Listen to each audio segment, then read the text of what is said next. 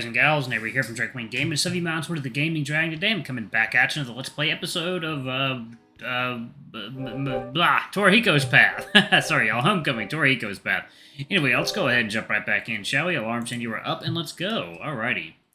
With slight hesitation, I prepare to take the first bite. The food hits my tongue.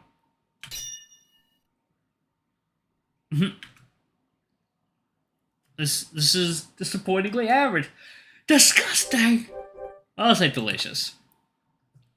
This is awesome! You really think so? Dude, it's freaking delicious. You've got real skill, Tora. The tiger's face shows an expression of relief at my compliment. Okay, there's plenty more where that came from. Ha! It's nice to have another opinion. If I was just Tatsuki, you'd even eat it if it sucks, then tell me it was good. If I say it's good, I mean it, Tora. But it's not awesome, right? Men don't sweat the small stuff. One word for tasty is enough, I think. Bring on the seconds. Yeah, man, if you want seconds, it's good. You got it, buddy. Hiroyuki still has plenty on his plate. You can take whatever you want. Wait, what if I want seconds too? Hurry up and get your own restaurant, Tiger Boy. Then I can eat your cooking every day. I thought I said not to. You know what? Never mind. I'll take it. And Tiger Boy's gonna be a star. Ha ha. Torihiko stands there proudly, a wide grin on his face. If you do get a restaurant, you bet your ass I'll be there every day too. You two are hyenas. No, I'm a dragon. I'm still a fox last I checked. You know what I mean. Just eat as much as you like. Torihiko is glad you like his cooking. I think it'd be great to eat Torihiko's cooking every day. Okay. I continue to eat the delicious meal, even grabbing a second helping after clearing my plate. After finishing my second helping, I lean back in my chair and pat my tummy. Heh, I can't eat another bite. Tatsuki looks over at me and grins as he dishes up another small helping onto his plate. Huh! Throwing in a towel already? I stick my tongue out at him and glance over at Torihiko. Thank you so much, Tora. I had a lot of fun. Yeah, no problem, Yuki. The tiger's face glows a soft pink as he rubs the back of his neck. Very slowly, I force myself to my feet and give an embarrassed chuckle. I might get going, guys, otherwise I could end up permanently stuck in this chair. Heh. Okay, thanks for coming, dude. Take care, Ryuki, and don't worry, I'll be sure to eat the rest. Ha! With a satisfied smile, I give my friends a wave and leave the inn. I don't think I'll ever forget the big smile on Torihiko's face. Nothing beats that. I glance around at my surroundings, admiring how the town looks during sunset. Absently, I take another sip of my soda, relishing the feeling of the cold liquid going down my throat.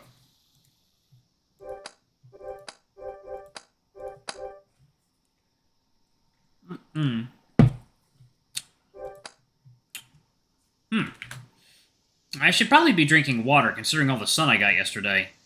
Whatever, healthy stuff is overrated. It's not. That's why it's healthy. I swear, it still feels like I'm chest deep in the ocean.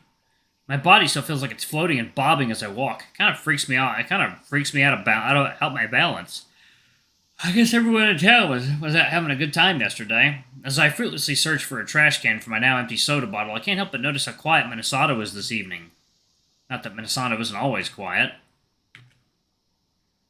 Jeez, I've seriously taken the recycle bins in Osaka for granted. Maybe there's somewhere to throw this away in the park. I lightly toss the bottle from one hand to the other as I walk, listening to the steady hum of the cicadas. A cool breeze billows up the back of my shirt, sending pleasant tingles up my spine. Makes me wonder why Kyouji's team doesn't always practice at this time. Huh, speak of the devil. There's an opening in the trees where the sidewalk turns, leading into a modest playground where I find the future soccer star. He's leaning back against a weather-beaten slide modeled after a frog, his arms crossed at his chest. As I get closer, the steady rise and fall of his chest gives me the impression that he might have fallen asleep. And then again, considering how Kyouji's eyes normally look, I can't be too sure. Should I call out to him? Knowing what I know about his sleep problems, wouldn't it be a bad thing to wake him up? Oh, yeah, he's asleep. Although his eyes reveal nothing as usual, the mouth is a dead giveaway. His signature barrier soul to me smiles, replaced by the absent-minded frown you might see on an old man napping in his favorite chair. Kind of like my grandfather, just a lot younger. Kyouji certainly has that old man wisdom to make a comparison, though. Huh. Just as I'm debating lying down on the slide for a nap myself, I see a little girl lean around the corner of the slide stairs. She's clothed in a pretty baby blue dress and matching hat, which rests atop a pair of eternally sleeping eyes, no different from Kyouji's. Could she be? Over here. The little voice is barely distinguishable over the hum of the cicadas, but thankfully I'm able to read her lips. She holds her hand towards me like an offer to walk me across a busy street. I'm taken aback by how professional she seems. I wipe my hands clean of the condensation from my soda bottle and grasp her little hand with my free one. You can help us finish our castle while Big Brother finishes his nap. The whispering voice is quiet, but charming at the same time. I simply nod in response as she walks me to a corner of the park where her friends sit in an old sandbox. Scattered around them are small plastic tools. Yeah, that looks good. Can you pass me a brush? Oh, the big or the small one? The girl lets go of my hand and smooths down her dress to sit on the edge of the sandbox, patting a spot beside her with a free hand.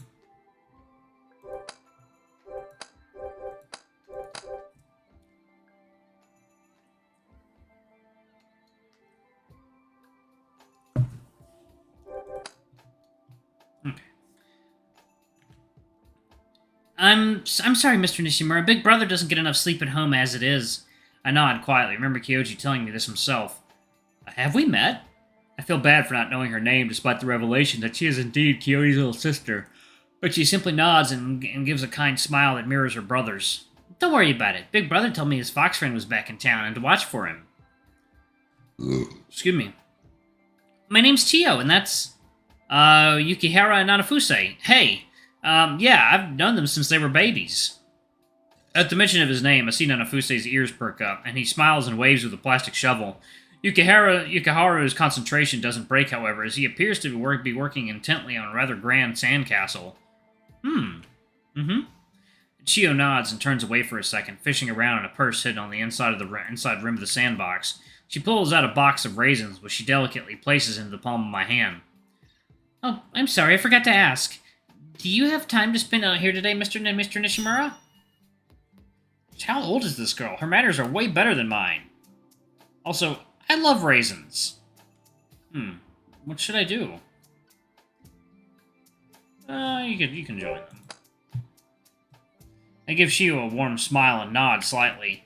Sure, I don't have anything better to do anyway. What are you guys doing out here? I mean, the answer is obvious as I look at the sandcastle that Yukiharu is hovering over. I'm just buying myself a few moments while I try to open this box of raisins. Well, Yukiharu and Nanafuse wanted to go to the river today, and Big Brother offered to take us. She turns to peer over her shoulder, making sure that Kyouji is still leaning against his slide.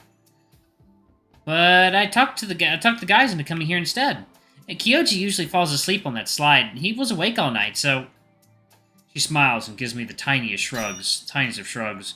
Seriously, how is she the little sister? Wow. I mean, that's really nice of you. Well, what does Kyouji do at night, anyway?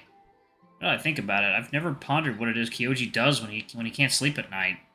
Surely he doesn't just toss and turn all night, does he? I finally manage to open the box and pop a few raisins in my mouth, watching while Chiyo fiddles with her hands. He usually reads at his desk. Mr. Satoru left him a big stack of manga books a while ago, and the scary ones about the monsters. Monsters? Doesn't really narrow it down for me.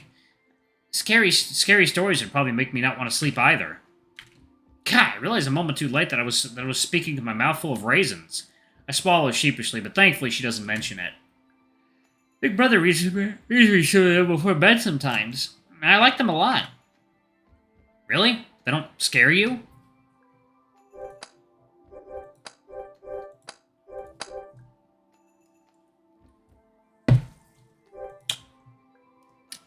Really, they don't scare you? The smaller canine smile widens and it looks like she winks. They're a lot of fun, and since it's summer, Kyouji will sometimes read to me for a long time. Huh. I peek over my shoulder at the resting dog with a fresh sense of admiration.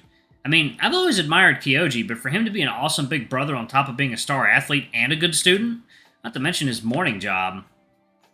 But I suppose it helps to have a little sister as nice as the little girl sitting next to me. What about, just about done. Oh, wait, it needs a moat! Still not having acknowledged anyone, the young Tanuki carefully crawls to the front of the castle. His face is mere centimeters away from his creation, like a marble sculptor pondering the next blow from his chisel. Well, You'll need a drawbridge. You'll need a drawbridge here. We need more water for that, though. The little wolf pushes himself up to his feet and brushes his hands down on his shorts. Next to me, Chiyo clears her throat to catch my attention. I'm sorry, Mr. Nishimura, but can I ask a favor? My big brother usually fills up the water bucket for us, and... She smiles apologetically and wiggles slightly, the first trait I've seen to betray her age. I can see why Kyouji would dote on her, though. Sure, I can help you out. Is there a water fountain?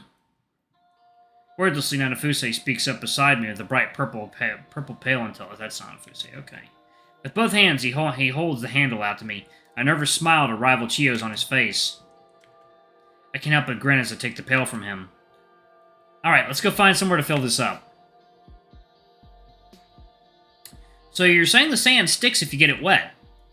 Mm-hmm. Nanafuse skips alongside me as we walk back to the sandbox from the water fountain by the swings. I don't remember that being there when I was a kid, but it certainly beats running back to Konosuke's house to get a drink from the garden hose. Who taught you that trick? Yukiharu. Oh, and who taught him? A wide grin appears on the wolf's face as he looks up at me. I did! I can't help but laugh at the timing of his response. He's such a riot, but then again, he always has been like this since we were kids. Grandpa taught us too. I remember when we went to the beach at Kanagawa? Oh, yeah, I was 7 then. I scratched my head at the memories, embarrassed at having forgotten. Heh, we're old. Huh. Once again, the timing makes me crack up.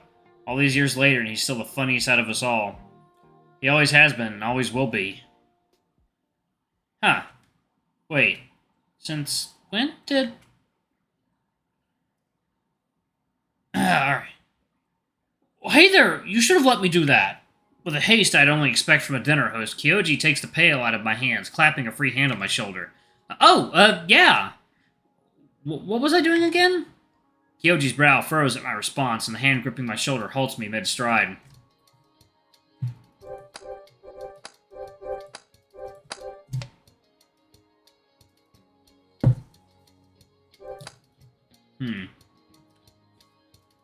Are you alright? The heat isn't getting to you, is it? I shake my head and scratch under my nose. No, I'm good. To be honest, I do feel a bit strange. Feels like I was holding my breath and got lightheaded or something, only for it to clear suddenly. I sniff and clear my throat for effect.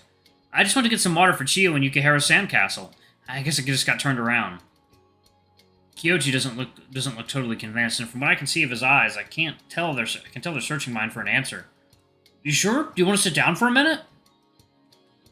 I slowly nod in an attempt to avoid any further awkwardness and let him lead me back to the sandbox. Chiyo and Yukihara are huddled close, making a few finishing touches to their sandcastle. Ordinarily, if I suddenly became lightheaded, it would be cause for concern, but I feel somewhat fine, as if everything is perfectly normal. Here, sit down slowly. Even though I'm sure it's unnecessary, I can't help but enjoy the tingles up my spine as Kyouji gently guides me down onto the rim of the sandbox. The way his hands softly grip my shoulder and lower back, even a soft tickle of warm breath in my ears, he bends down with me. As if, like, that would ever happen. Alright, y'all, I'm actually going to pause it right there. Thank y'all so much for watching. I love you all, and I shall see y'all in the next video. Bye-bye!